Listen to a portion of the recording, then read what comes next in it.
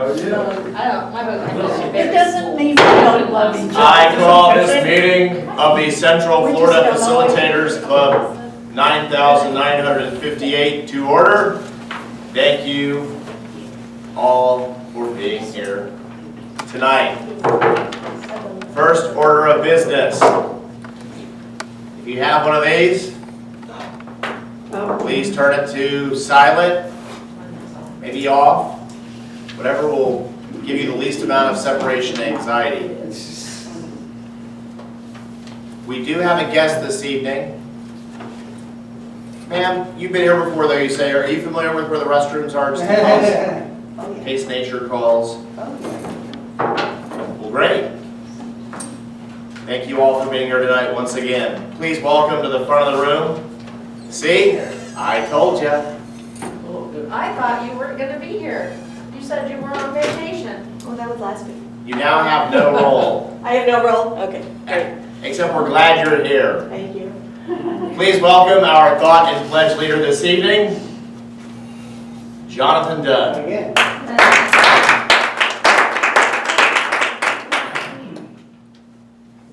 Sometimes when you wake up in the morning, it could be potentially a crappy day. So I have a Wayne Dyer calendar right where I get up, and my habit every day is to rip off whatever the day is and read it. And I read this one Tuesday, February 16th, and I've been hanging on to it ever since for getting a chance to do a thought and pledge. I thought it was really fantastic. So this is from Wayne W. Dyer, the late Wayne Dyer. In the East, they contemplate the forest. In the East, they contemplate the forest. In the West, they count the trees.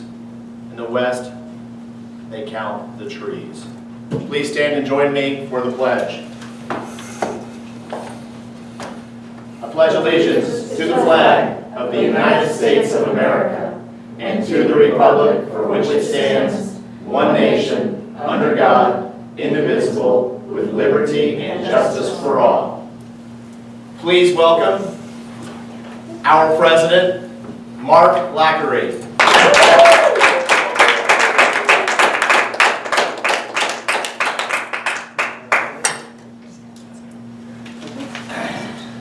I know Jonathan's going to go over the changes in the agenda, but there is a spelling error on my name. So, I know he does it on purpose. Just go ahead and remove the E. I don't even have it. The sad part is that wasn't on purpose. Just in case he forgets to address that later. He has it correct later. I'm glad you're all here tonight for a very intimate meeting that we're going to have.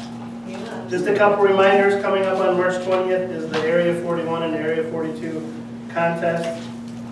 I believe I got the email today, they still need help with functionaries for that, so if anybody is willing to help out, let me know and I can pass on that information.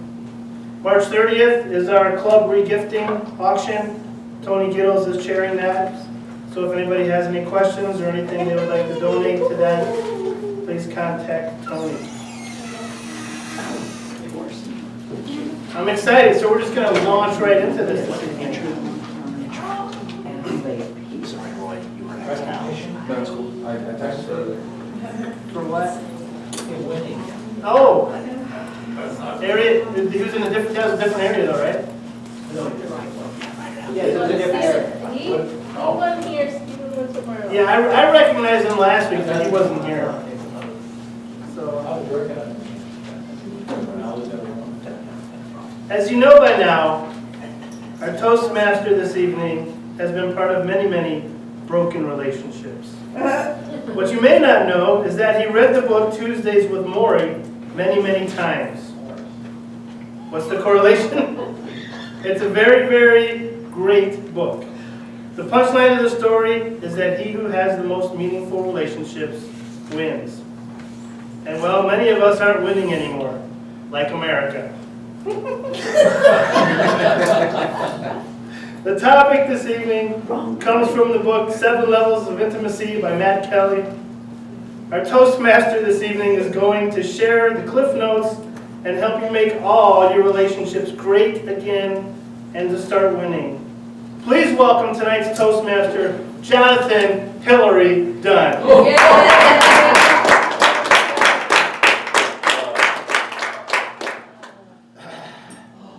First off, well done, Mark, being able to read that very, very, very great introduction.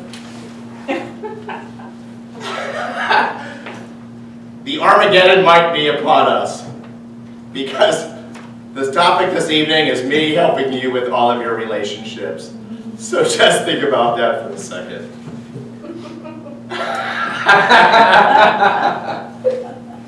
You already lost We'll have us. to make it, we'll have to encourage.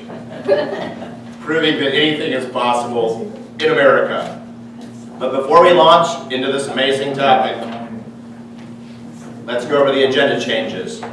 There are several. Starting with counter, formerly filled by Tony Giddles. We thought she was on vacation, I am. My brain is. but she's here, but not here. So in her place is Jaye Majors, our treasurer. Next on the agenda, supervisor of elections. Once again, formerly filled by Tony Giddles, but now filled in relief role by Emma Hancock. Toastmaster, first speaker, second speaker remain the same. Third speaker, Gloria Esteban, is not able to be here this evening. Two more to go. Actually one. Table Topics Master was Sarah, then it was Roy, but now it's back to Sarah. And that's it. No third evaluator. No third evaluator, right, which was Jaye. So we have no third evaluator anymore. And now for the agenda, the 7 levels of intimacy. The truth of the matter is, and I make a lot of jokes about my past relationships, I'm not living in the past any longer though. I'm living in the future. And the reason I'm able to live in the future is because of this book, The 7 Levels of Intimacy. So I decided to make sure I was going to be Toastmaster once per month. And by once per month, I wasn't going to be Toastmaster unless I had something that was really valuable to give you. Now, of course, you can't really change someone's life in the course of an hour and a half, but you might just pique their interest. And I'm telling you what, this book absolutely blew my mind. I would definitely have a sheet of paper out and be taking notes. What does intimacy mean? I, for one, had it wrong. Stephen gave a great sexual speech about a year ago, and that's what I thought intimacy was. Intimacy is not that. You think about the divorce level in the world and just broken relationships, it's because people don't have intimacy in their relationships. So what is intimacy? Intimacy is actually nothing more than the art of revealing yourself to another individual.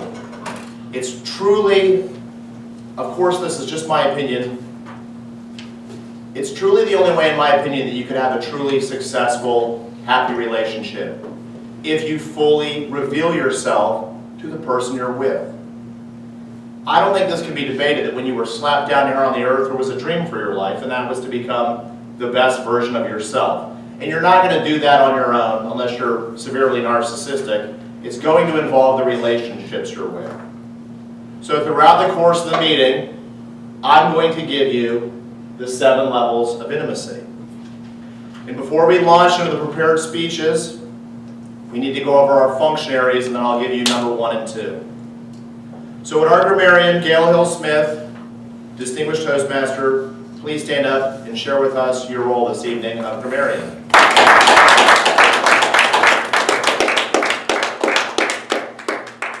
I won't be churlish tonight. That is the word of the day, churlish. As you see on your tables, it is an adjective, and it is applicable in many aspects of its use. You see here, churlish means rude as in behavior, impolite, being vulgar, boorish, being insensitive, truculent, brutal. Sounds like a politician, doesn't it? Yeah, sounds like a few of them on that other side. So I could not resist the example I have used. His churlish attack created a media storm that the Republican party got dragged into, Oh, we're on and the which same has page. hurt the image of the party. Point of order, Mr. Toastmaster. Yes, I would appreciate less side conversations. Yes. It's incredibly distracting, and I'd love to hear what Gail has to say. thank you, Tony. Less side distractions. We're all very passionate about the politics, and I understand that, and it's certainly good to be passionate about something in our lives, but let's not detract from having a really great meeting tonight. Sorry, Gail. And that was not churlish on Tony's part. As for Marion, I have chosen that word, and I will keep track of those who do use it and have the opportunity to use it. If you don't have an opportunity, I won't fine you 25 cents. But if you do have an opportunity and don't use it, I'm going to grab your 25 cents, except for our guest. I will also listen for colorful imagery, use of exceptional vocabulary and grammar, and will make improvements at the end of the meeting. Mr. Toastmaster. Thank you, Gail. Excellent word choice. Next on the agenda, we have our timer being filled tonight by distinguished Toastmaster Susan Morgan. Susan, please stand up and share with us. One of the things that skills that Toastmasters tries to teach us is to talk within a certain amount of time. So this evening, I will be timing all the speeches, the table topic speeches, and the evaluations, and I will give my report when asked to do so. Thank you, Susan. Oh, Is everybody, 4 to 6 for you, and 5 to 7 for you, Charlie, 5 to 7? 6 to 8. 6 to 8. 6 to 8. 6 to 8. And it's 4 to 7 for you? 4 to I mean, 6. 4 to 6. Thank you, Susan. Now on a relief roll, our odd counter this evening is our very own Jaye Majors. Jaye? Fellow Toastmasters and our beautiful guests. As an odd counter tonight, it is my responsibility to keep track of all the churlish sounds and utterances that may come out of the mouths of our speakers tonight. These crutches, such as and double words, double crutches, things that you may say while you're trying to think of the next thing you need to say or want to say. I will also note sentences strung together with rich words like and so. And I will sound a buzzer if I remember it. And if you object, let me know when these infractions are heard. The fine for each infraction is 10 cents, except for our guest who is a guest and is not responsible. And our icebreaker. And our icebreaker. I will not sound the buzzer or be fined for either one of those. Please note the buzzer is not meant to embarrass, but to give immediate feedback of an area that needs improvement. So I'll do my best to help out there. Thank you. Thank you, Jaye. And our last functionary, but certainly not our least, our supervisor of elections, Ms. Emma Hancock. Emma, welcome. Jay, please do not do the buzzer on me. Okay. It will distract me. Today, I'm going to be counting your votes and giving the comments to whoever people want to write comments to, give them to them. I'm trying so hard not to do this, and to do it anyway.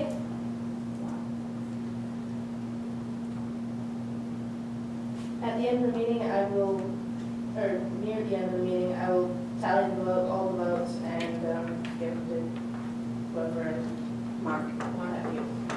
Thank you. Thank you, Emma, so much.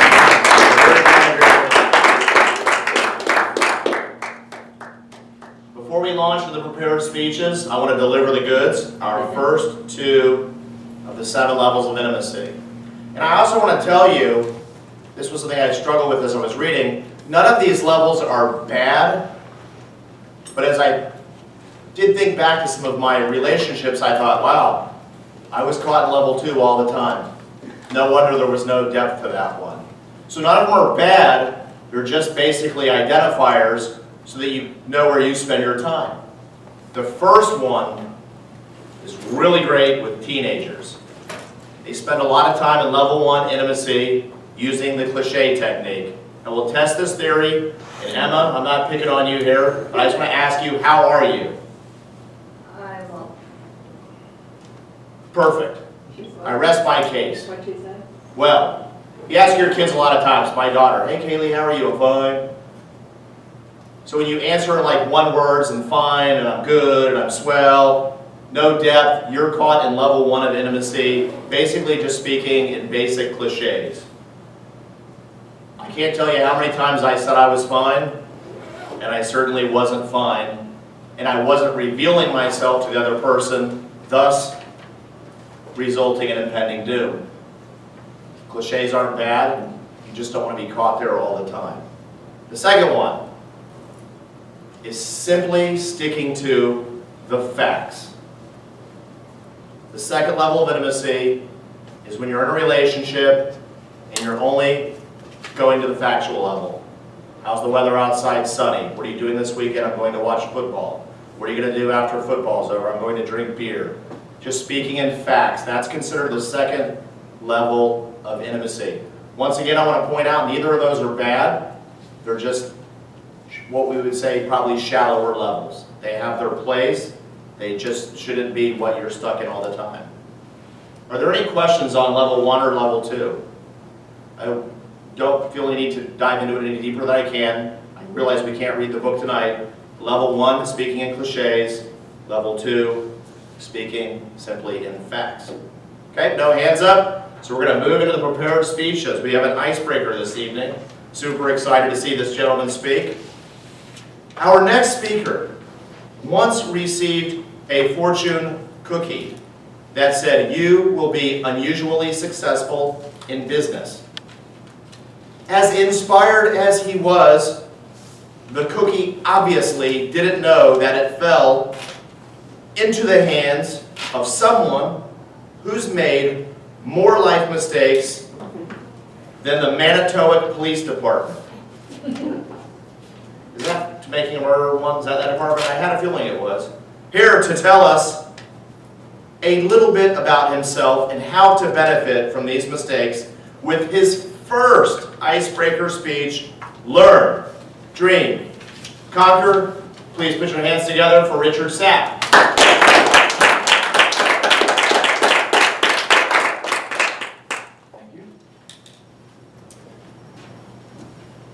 Mr. Toastmaster, fellow Toastmasters and guests, can you hear it? The nervous shakiness in my voice? Can you see it? The sweat on my palms from my nervousness? And can you feel it? That awkward tension in the room when the person speaking is uncomfortable. My name is Richard Sapp, and at 29 years old, I've conquered a fair amount of life's milestones. However, public speaking isn't one of them. I'm a 5-time marathon runner. I've completed over 10 half marathons, including one just this last weekend. Paid off my truck, contributed to my Roth IRA, got my bachelor's degree in finance and marketing, a master's degree in international business, paid for entirely by my company. I'm even pursuing my dream career in real estate. Most importantly, I've even made it through my 20s without an STD or an ex-wife. But these milestones haven't come easily. Most of my adolescence consisted of conquering nothing. In fact, 17 to 23 was nothing more than what I like to consider a series of unfortunate decisions. The judge called it drinking and driving. I called it multitasking. But it takes a little time and maturity to understand that these decisions are learning opportunities. Opportunities to learn accountability and responsibility. You can let your decisions define you, or you can use them to better yourself. You inevitably learn firsthand how to become the person that you want to be. Or in my case, who you don't want to be. And luckily I have an extremely supportive family. Parents that have been married for 36 years, an older brother and 2 younger sisters. Most of the time it was my brother and I just wreaking havoc on the family. Like the time we pushed his 65 Mustang out of the driveway, down the street so that he could start it up in the middle of the night when he was sneaking out to spring break in Daytona for the week. Or when he punched me in the head in the middle of the tennis courts and tennis lessons in front of everybody and broke his hand. Or how he introduced me to alcohol at 13. And supplied it all the way up till I was 21. But if it weren't for these decisions and experiences, we wouldn't be as close as we are today. And today we're as close as any 2 brothers can be. My sisters and I are equally close. Luckily we didn't have to raise hell through the community in order to get there. One is be following me into real estate here very shortly, and we're all an extremely close and supportive family. My parents, through everything, even though we were disciplined regularly, never let us be anybody other than who we wanted to be. And for me, that person is a dreamer and a doer. I want to build a real estate empire on reputation of trust, honesty, and a true consultative approach. I want to help others achieve their dreams while simultaneously achieving mine. I want to visit those islands in the magazines, volunteer in the poorest of countries, and give back to those who don't have a fraction of what I have. I have grandiose dreams of owning a New York City skyline apartment, beachfront property where I can bask in the sunlight, and a cabana boy brings me my drink. And yeah, I said cabana boy, I wouldn't even care if it was a dude. But you see, there's one inherent problem with this plan in order to be this successful. One flaw, one disconnect. A necessary skill and ability to achieve this is missing. Do you know what it is? Can you hear it? Can you see it? Can you feel it? Mr. Toastmaster.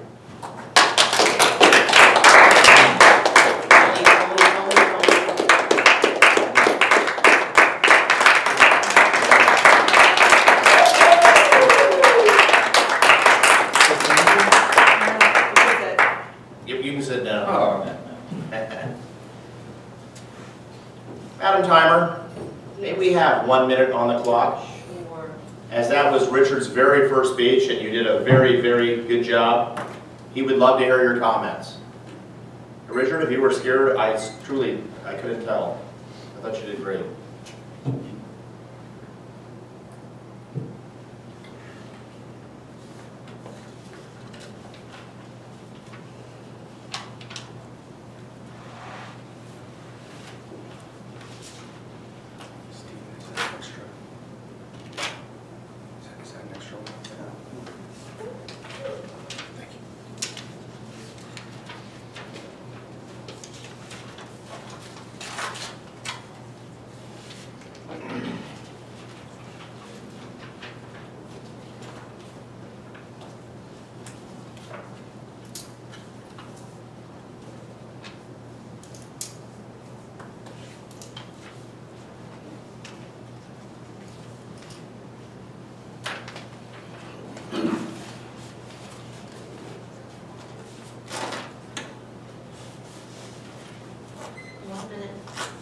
Thank you, Madam Timer.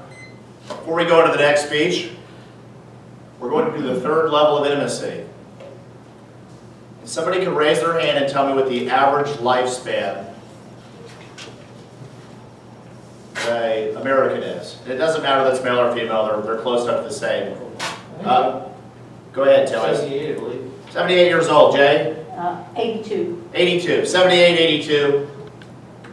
Okay, raise your hand if since birth you have had the same exact opinion your entire life.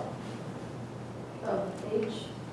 Since you were a baby, have you had the same opinions your whole life? Yes, I know it sounds like a confusing question, but it's not. I'm still hungry. Yeah. I figured there's always one in every crowd, and it's usually Steve. Always. Okay, think about your favorite movie in one particular scene.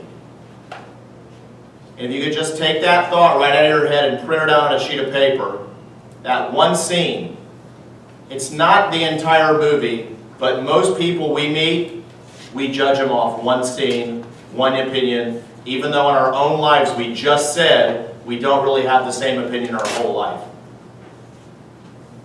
The third level of intimacy is when you're willing to express your opinion with somebody, you're willing to hear their opinion, and you're not battling each other. Because battling is what's gotten everybody into this problem right now. So we can either be part of the problem, or we can be part of the solution. It's really that simple.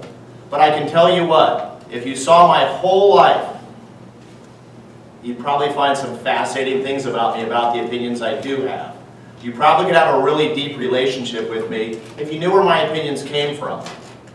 And I can tell you what, I absolutely love my girlfriend. And I wanted this relationship to work so bad.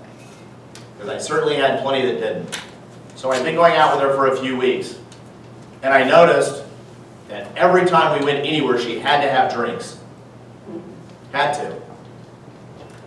And I'm not confessing that I have all the answers. But it really bothered me. Because I lost my friend, as you know. And I lost my last wife to stuff. And I saw those things flashbacking, so one day I just had to break down and risk the relationship ending. And I had to share the opinion with her. I didn't attack her. I just wanted her to know why I thought what I thought about alcohol. And it turned out the worst thing didn't happen. Our relationship really blossomed because she had a lot of family problems herself. And she was just looking for a reason to put it down, and it had become a habit for her. It had become the new normal of America. So when you're willing to share your opinions with someone in a peaceful fashion, and hear what their opinions might be in a peaceful fashion, because we already experienced that in this meeting, what that doesn't look like, it doesn't really move us far ahead. So the third level of intimacy is peacefully sharing your opinions. It's how we can really get to know somebody. With that said, I'm really excited about our next speaker. I haven't seen this man speak in a long while. Our next speaker has achieved several awards, but his biggest achievement has been in helping the club and enjoying the company of friends he has met at Toastmasters. Please help me welcome Advanced Communicator Silver, Toastmaster Charlie Bombalier.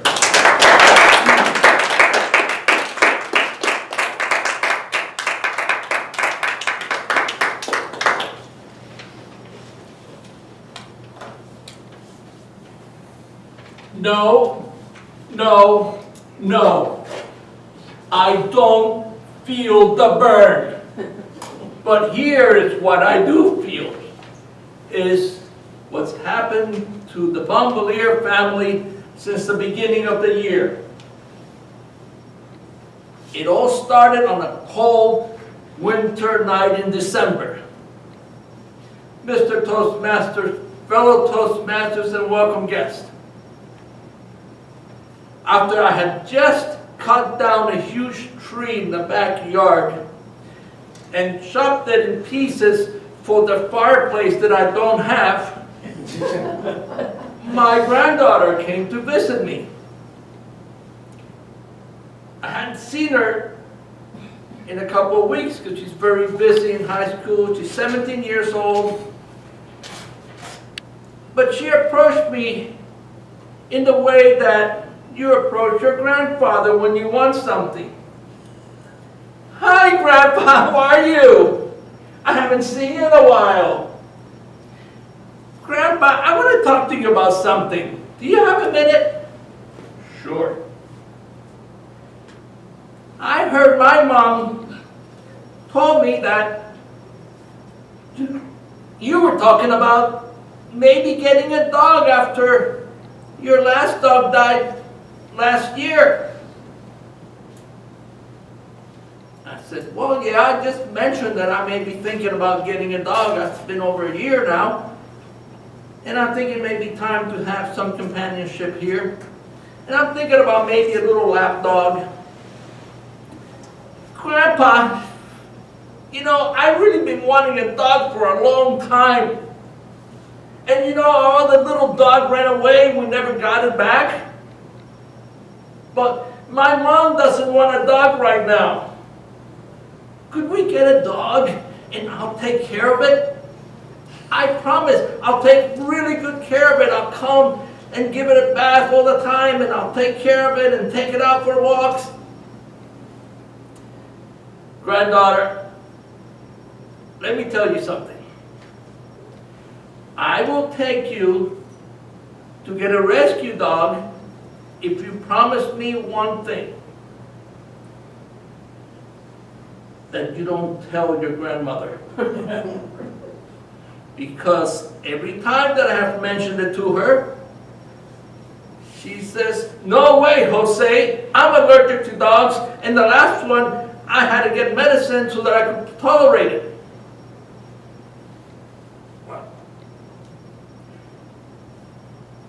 Crap, I swear I won't tell. All right, we're gonna look, but I just want a little lap dog. Okay, okay.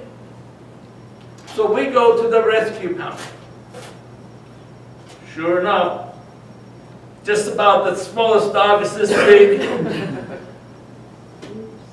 weighed 100 pounds. But eventually we went to 2 of them, and there was one dog that saw a sucker when she saw it.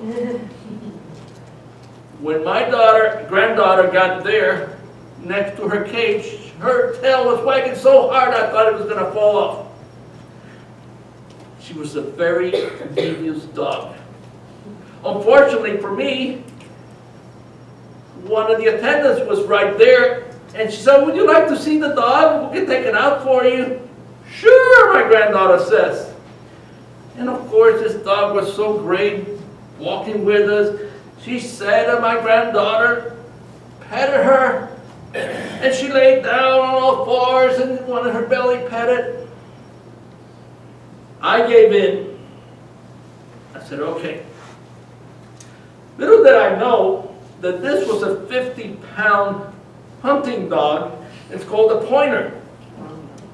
Black and white, and she already had a name of Oriole. Well, we took the dog and took it home. For the first day, the dog was the best dog in the world. The second day, not so much.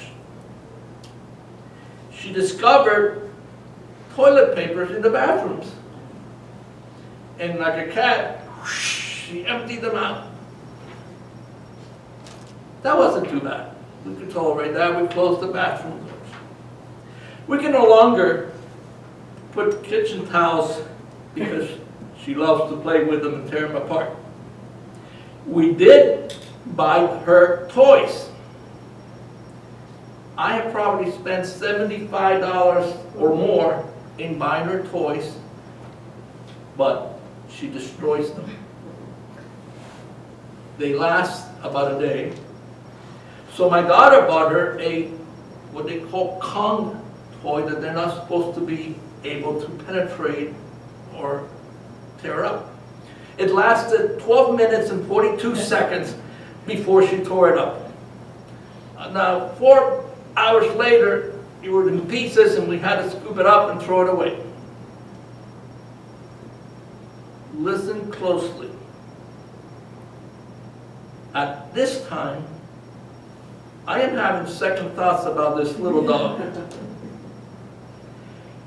I had to take her to the veterinarians because she had surgery for a couple things that they had to do to her in the shots.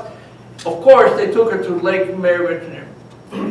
Well, when we walked in there, everybody there has these expensive prima donna little dogs.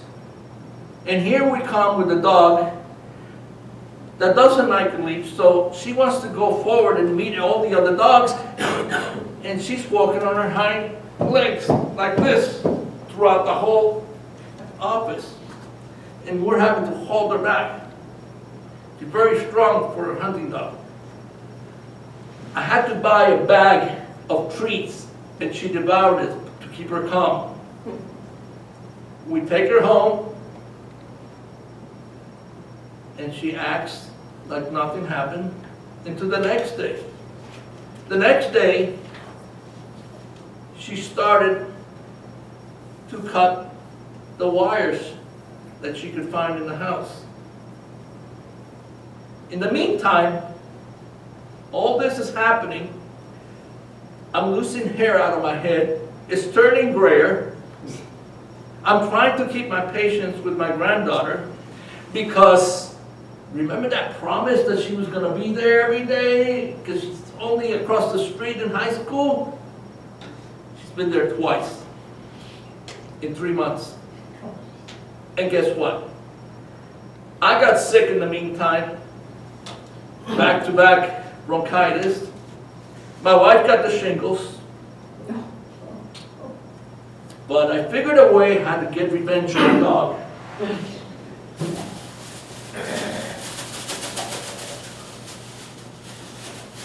She can't break through this.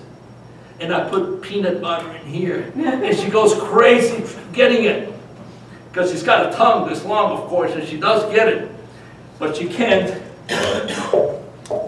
be normal with it. And here's my question. Why can't I have a normal dog? That's the Toastmaster.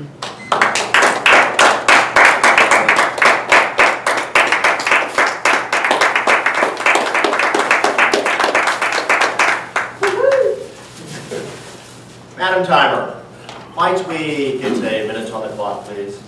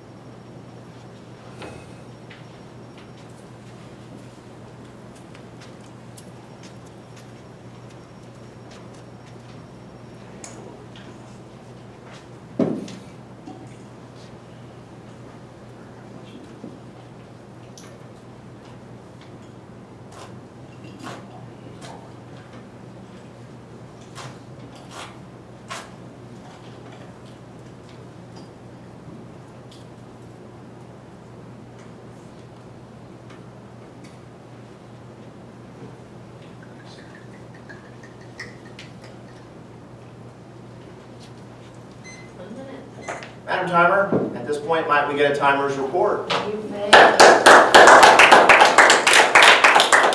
speakers this evening were definitely not churlish. Richard, and neither were they not on time. Richard's was supposed to be 4 to 6, and he did 4 minutes and 5 seconds. Well done, Richard. And Charlie was 6 to 8 minutes, and he did 8 minutes and 23 seconds. He just made it in under the wire, but he did it. And that is my report. Charlie, sorry you have a churlish dog. Yes. At this point, both of our speakers have qualified to be best speaker. Yeah, Doesn't Richard have to get to 4:30? it's 4 to 6. Oh, 3:30. Okay. Oh. That wasn't churlish, she was just expressing her opinion. That was facts. Yeah, she was in which level of intimacy? Level 2. Second Level 2, thank you. 0. It was 2, right? Negative 2. It was 2. That's yes. your opinion. Yeah. That was 3. While you cast your votes, we're going to do 4 and 5. Raise your hand if you think that, raise your hand if you have hopes and dreams in your life. You had no hopes and dreams? You are on vacation. So everybody has hopes and dreams except one young lady. How many of your relationships know exactly what your hopes and dreams are? You don't have to answer that question. But level 4 of intimacy is when you're willing to share your hopes and dreams with another person.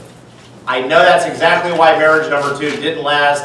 I never wanted to share my hopes and dreams because I thought she'd be like, ooh, you're stupid or silly. I really thought that. That's stupid. So I can see though why it didn't work. Number 5. a really tough one. It's when you're able to look at the person across from you and tell them your honest feelings. Level 5 of intimacy is when you're willing to share your true feelings with another person. Have no worry. If you're not judging, they won't judge you. So before we go into table topics, I'll just recap the top 5. Number 1, cliche. Number 2, facts. Number 3, opinions. Number 4, hopes and dreams. Number 5, feelings. You're willing to share your feelings. My favorite part of every meeting. This next section is led by Sarah, our topics master this evening. Unlike Jonathan, I can't compete, and I will not be helping you with your intimate relationships. We will be helping each other by learning about how best to learn about impromptu speaking. Please help me welcome Sarah Hunt.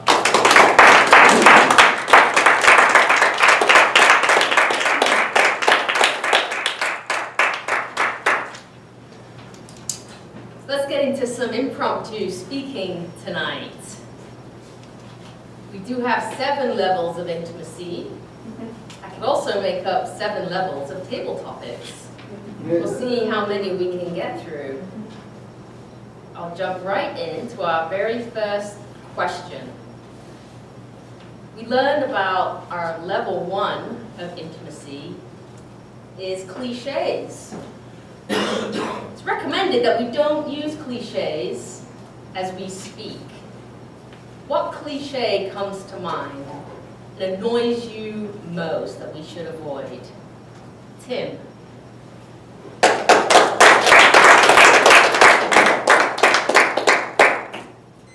What cliche annoys me the most? And I think that comes from salespeople I try and train, and that is, can I help you? Because they're always going to say, no, I'm just looking, or something like that. They don't lead with a question that can bring them to the next point in the sale. You know, they don't build common ground, first of all. In other words, if you're going to build common ground, you'll see what they're wearing or something about them that might be a way to build a little bit of a bond there. And then you go into questions from there. So stay away from the question, can I help you? And they're always going to say the same thing almost every time. We'll see it. And of course, I was guilty when I started out as well. And it's hard, especially when I'm working with the younger people today. No one in this room intended here, just younger people in sales. They don't know anything about it anymore because you know how they spend their life. Texting or doing emails. They don't communicate anymore. They've lost that sense of ability. Even when they shake hands, how do they shake hands today, right? Oh yeah, I'm going to pick up on how they feel right away. You don't when you shake somebody's hand. You feel something completely different. So that cliche of, can I help you, is pretty bad news. It just isn't something worth the light. I can sit down. Thank you.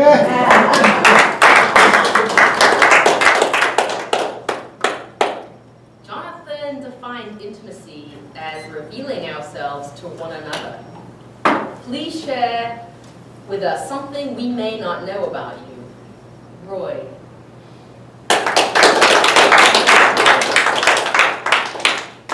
Thank you, Miss Table Topics Master. First of all, let me apologize for my churlish attendance record lately. I've been flying around the country like a madman, and it's nice to be back, nice to be home, and nice to be with everybody tonight.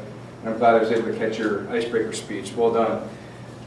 What was the question again? Something about something you don't know about me. Please share with us something we may not know about you. Well, I just learned something I didn't know about myself tonight. I'll start with that. And I'm really good at facts and opinions. So thank you for bringing up this topic. This is very interesting. I actually printed out the 7 levels today and tried to read through it. But I'm horrible at 4 through 7, and I know you'll get into those later tonight. And it's interesting to see this laid out like this. It's something I definitely need to work on. Even with my wife, I'm horrible at some of these. So it's interesting to see this. But let's move on to something a little bit more fun. I was an awesome bowler growing up. When I was about 7 or 8 years old, I got into bowling, and I had like 150, 160 average when I was just a little kid. That was awesome. I bowled like a 225 before I was 10 years old. And then my ego got the best of me and I said I didn't have anything to do with bowling, and I went into football and basketball and lacrosse and all these more manly sports, but I should have stuck to bowling. I've got the perfect build for it. There's no reason for me to play football and all that other stuff. But anyways, for those of you who are bowling fans, I thought that was an interesting fun fact. Now table topics.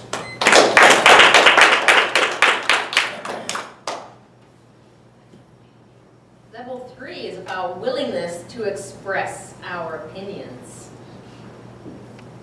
What's your opinion about these 7 levels of intimacy that you have heard so far? Susan?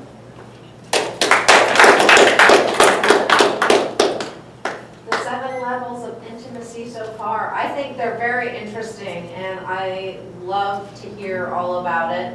I know that in my relationship so far, he's talked about the different levels, and of course, the first 2 levels everybody does, and then as we get into the lower level, or the higher levels, however you want to call it, I've totally, my feelings, my hopes and dreams, I've told that to my husband, and I'm just dying to know what the next one will be, so I can see if my relationship is intimate or not. Let's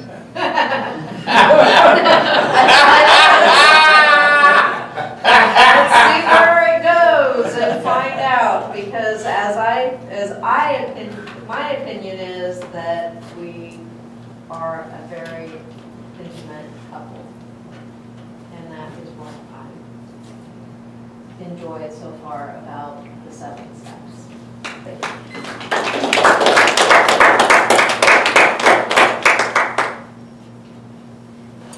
With table topics, we tell stories.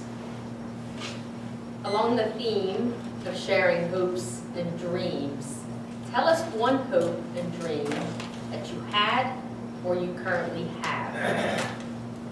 Jonathan.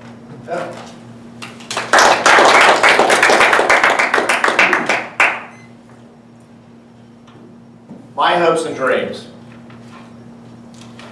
Tuesday at 12 p.m. at EA Sports in Maitland, I competed in the Area 40 Championship for international speaking and table topics. And I put a lot of preparation, a lot of effort in, Tim can tell you, and I was able to place first in both contests. And I'm sharing with you my hopes and dreams, and I know Stephen knows this already, we're both gunning for it. I have a hope, and that is to make it to the World Finals. I was one step away last year, placing 3rd. I know Stephen got awfully close. And this year, the World Finals are in Washington, D.C. And my hopes and dreams are to be standing on that stage, competing against people from around the world. Next week, I'm actually going to hopefully sign up for speaking. And I'm going to teach everyone in the room 3 words that will instantaneously change their life. And one of those is passion. And passion is being willing, once again, passion, another wrongly thought of word. Most people think passion is 50 shades of gray. It's being willing to suffer for something that you love. And I tell you what, preparing for this contest, I suffer every morning because that's what it takes to win. And I wake up every morning at 4:30, and right after I read my Wayne Dyer thing, I go into the bathroom, I start my timer, and I give my speech. As soon as I get my lunch break, I do it again. At night on the way home from work, I give it again. I brush my teeth, I give it again. So my hopes and dreams are that I am standing on the stage in Washington, D.C., competing to be the world champion of public speaking.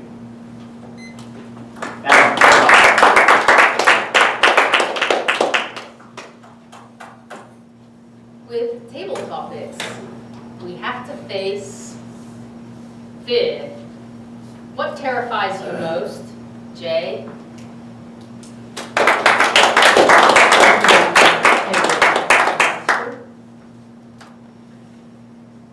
The thing that terrifies me the most is if something were to ever happen to my daughter. I don't know if I could go on beyond a day where there would be a disaster and she would not be here anymore. The same thing for her. She calls me every morning. She calls me every night. From the day she left South Florida, we lived down there before. Even to this day, she speaks to me twice a day. I asked her, why do you call me? Why do you want to talk to me like that? Mommy, how do I know you're okay if I don't talk to you? So we both have this fear. After her father committed suicide, I'm all she has. She didn't ever have a real relationship with anyone on his side of the family. My side of the family is in another state. She's not that close to them because we don't see them that often. Although she loves them, they wouldn't be the place where she would be able to go and feel that comfort. For both of us, because we have been everything for each other from the day she was born, that is the worst thing that could ever happen in our lives for either one of us. The sad thing is, one day that day is going to come. My goal now is to help prepare her as I get older, as the time goes forward. And I know Tony connects with this an awful lot because of her relationship with her mother as well. What do you do and how do you prepare? That's what I've got to figure out. Thank you, Madam Table Topics Master.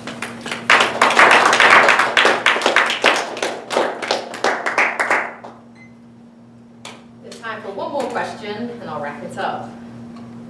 With table topics, our responses need some structure. Do you thrive on structure, or do you enjoy flying by the seat of your pants? Gail.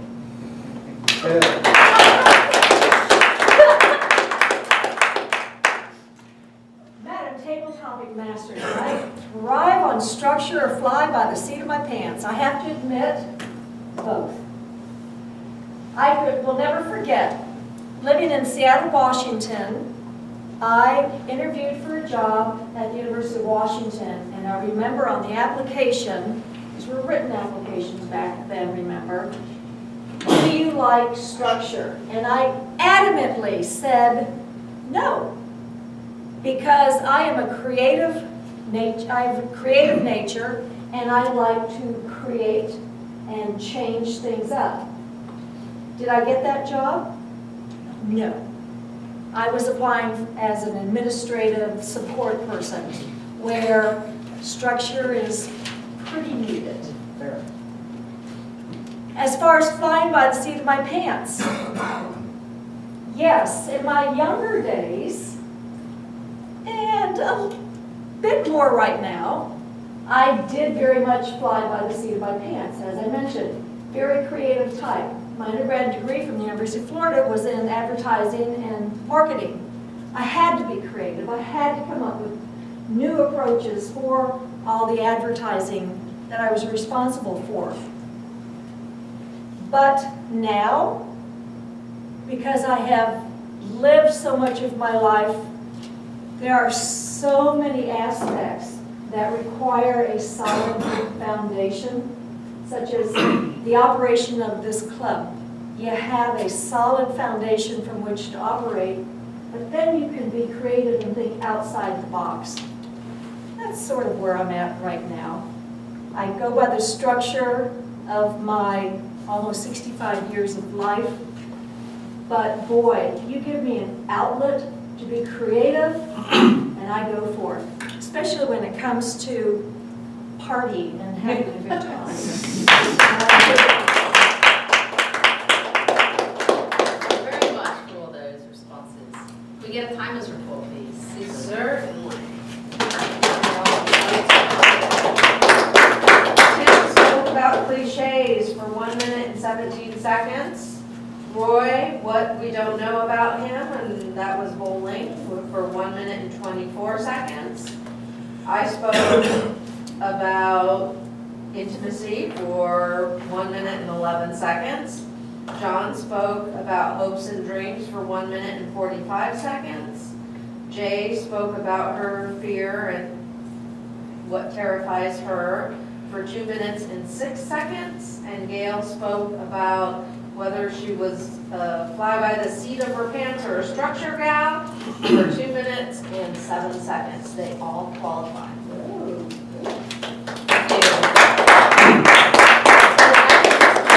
Well done, well done.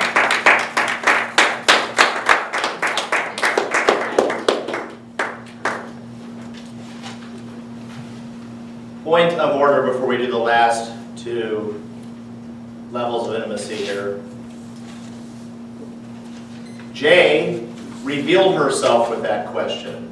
I haven't had much of a relationship with Jaye. I enjoy when she walks in. I enjoy saying hi to her. She enjoys now when I say hi to her. But knowing about her daughter and what her fears were, I'm not making this up. I feel closer to Jaye. I want to see her not have that be a problem in her life. These 7 levels of intimacy I'm giving to you, they're not little cute theories, they're not funny. These things really work. And if you write them down, I put them on every agenda.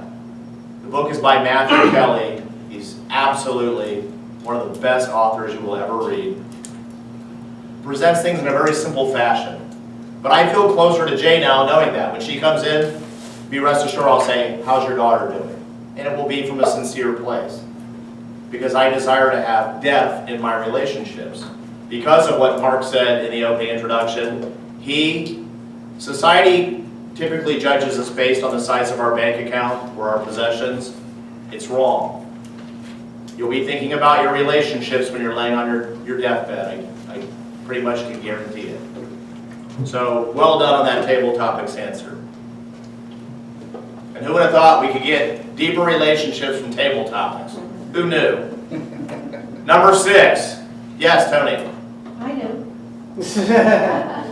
I'm not surprised. Because we have a pretty deep relationship. Number 6. This has been absolutely my biggest killer in my relationships. I'm about 6 feet tall. I have fairly large muscles.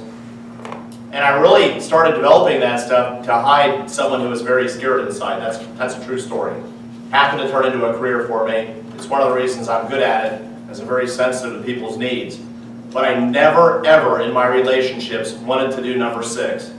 I can honestly tell you as I stand here tonight, my girlfriend Jennifer, who I'm with now, is the first person who has ever heard my fears, my faults, and about my failures. She has an MBA from Rollins, and I had to tell her that at 36 years old, I nearly went bankrupt and had to move back in with my mom and dad. And it was hard to do. But if you really want to love somebody, and I really want to be loved more than anything, I would always be holding back in that relationship if I didn't share with her those things. So with your relationships, if you really want them to be deep, once again, this is my opinion based on this reading, to have a really truly deep relationship with someone. Richard actually did it here tonight. He came up and he just let the elephant out of the room. I'm scared to be standing up here. You have to be willing to share your fears, faults, and failures with your relationships. Number 7.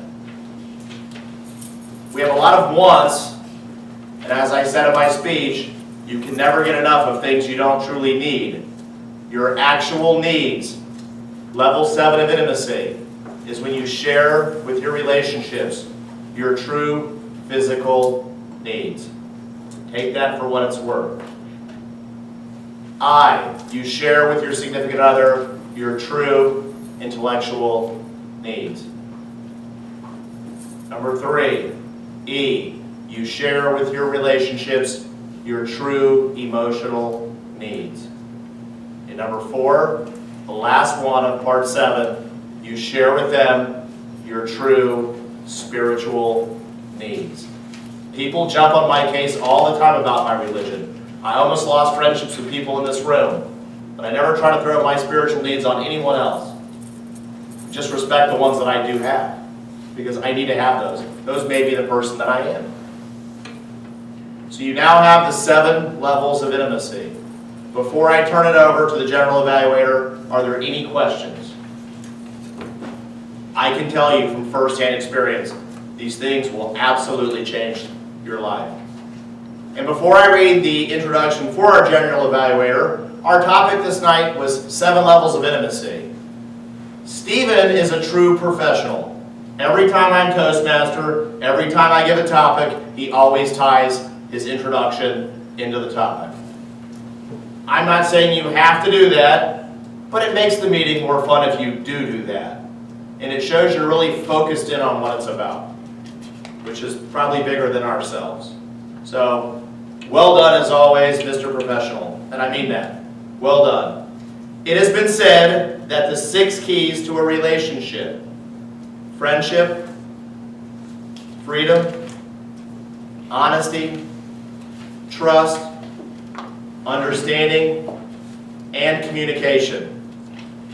It has also been said that true love is a relationship which gives freedom to be who you are without forcing each other, and trust and honesty between you to stay in the relationship in true love. Clearly, we are now entering the challenging phase of being honest and understanding. Evaluations. Here to conduct us down this treacherous path, please welcome our own Fountain of Love, Advanced Toastmaster Gold, Stephen Morgan.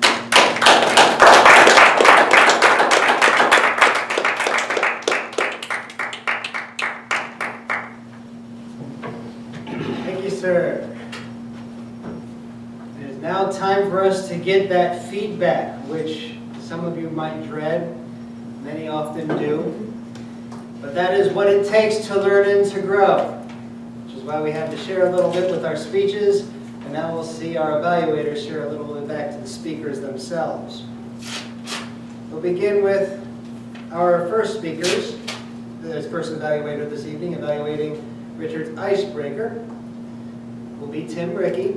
Just remember, folks, I just introduced them, I don't guarantee them. So here's a man who's ahead of his time, but timer don't start till he actually does. Please welcome Tim Rickey.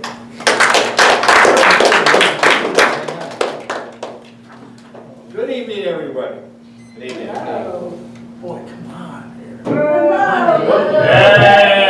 you go, Tim. I'm going around here. Richard, this was your icebreaker. You're not supposed to get so far ahead. And that's a compliment, sir. I gave you an A+, by the way. The things that you did well. Your opening, you set us up with an introduction, which is very usual for somebody doing an icebreaker. Solid vocal variety. You had humor here and there, touches of that. Your gestures were good. How well did the audience get to know the speaker? Well, I think from what he told us, don't you agree that we really got to know him? Yeah. And that is the idea of the icebreaker, you join a little family, we get to know what you're about. Did the speaker reflect adequate preparation? Super intro, as I mentioned. You dressed the part and you were out front. Yes, I want you to smile a little bit though. Can you give me a smile? Okay. Don't focus so much, huh? You're doing fine here. Was the speaker talk, was he clear and audible? You were, of course. Did the speaker have a definite opening, body, and close, which is basically what we try and do in our icebreaker, and you hit them just as you should. You end with a question as well as start with one. That was super. No notes. Because how did you handle notes here? Well, you didn't have any. How many people do we know start Toastmasters without notes? It's rare. It's very rare. I can't remember the last time that I saw it. I'm in 2 clubs. I saw 4 icebreakers in the last 3 weeks, and all of them used notes. Some of them were in our 9th speech. Never mind. Could the speaker, what could the speaker done differently than what he did? I really can't think of anything that you could have done differently. The things that you're going to learn in the future, as you progress through each of these speeches, is to use the 3 Ps, I call them: passion, purpose, and pause. Because those things will come as you come along to learn how to flow with the speech, things like that. And the last question was, what did you like about the presentation? Well, I liked everything, but you followed exactly what you're supposed to do according to the manual. Congratulations, that's a super job. Mr. Toastmaster.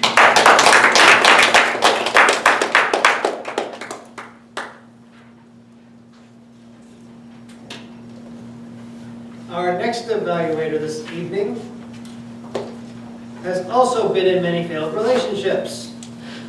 But just like being in all those car accidents made him a better driver, and repeating the 6th grade twice made him a better student, he feels that being in all these failed relationships has actually made him a better person. So here to deliver 2 to 3 minutes of intimacy to Charlie Bombalier, please welcome Mark Locktree.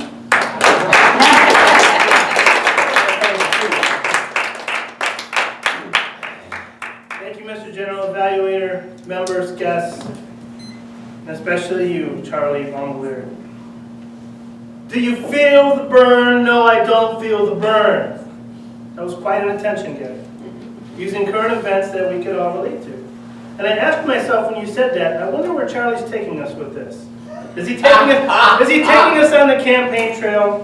Because every time you get up and you give a story, Charlie, you take us on an adventure with the Bombalier family. And I enjoy it. I love listening to you speak. Tonight's speech, though, was actually 2 stories that I listened to. The first was the relationship between a grandparent and the clever child who knows when to go to grandma and when to go to grandpa. And that's something we can all relate to. And it doesn't work just with grandkids, it also works with kids as well. And as someone with 3 dogs and 8 cats, and a daughter who seems to be allergic to kitty litter, I knew exactly where you were going with this. And the second was your relationship with your dog, Oreo. Your story also is known by many pet owners. Now, the project that you were working on tonight called for you not to use notes. And we didn't see any notes, but then again, why would we? This was a personal speech about your personal life, and you're a seasoned speaker.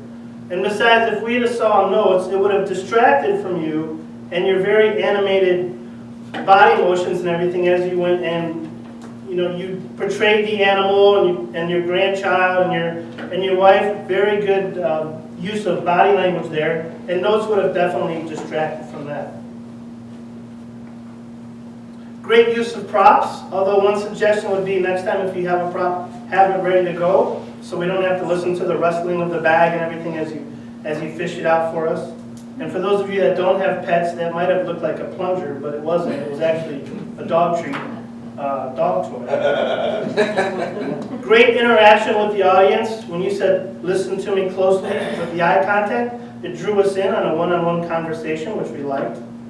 Great use of vocabulary, expensive prima donna, and I'm assuming you were talking about Oreo at that point. That was really good. She devoured her treats, very visual and descriptive. 12 minutes and 42 seconds before she tore it up. I love it when you use specific times because it really adds to the humorous effect of that, and it really made it funnier. And you had a great conclusion when you said, remember the promise to be there every day. It was a nice tie-in back to the beginning of the speech.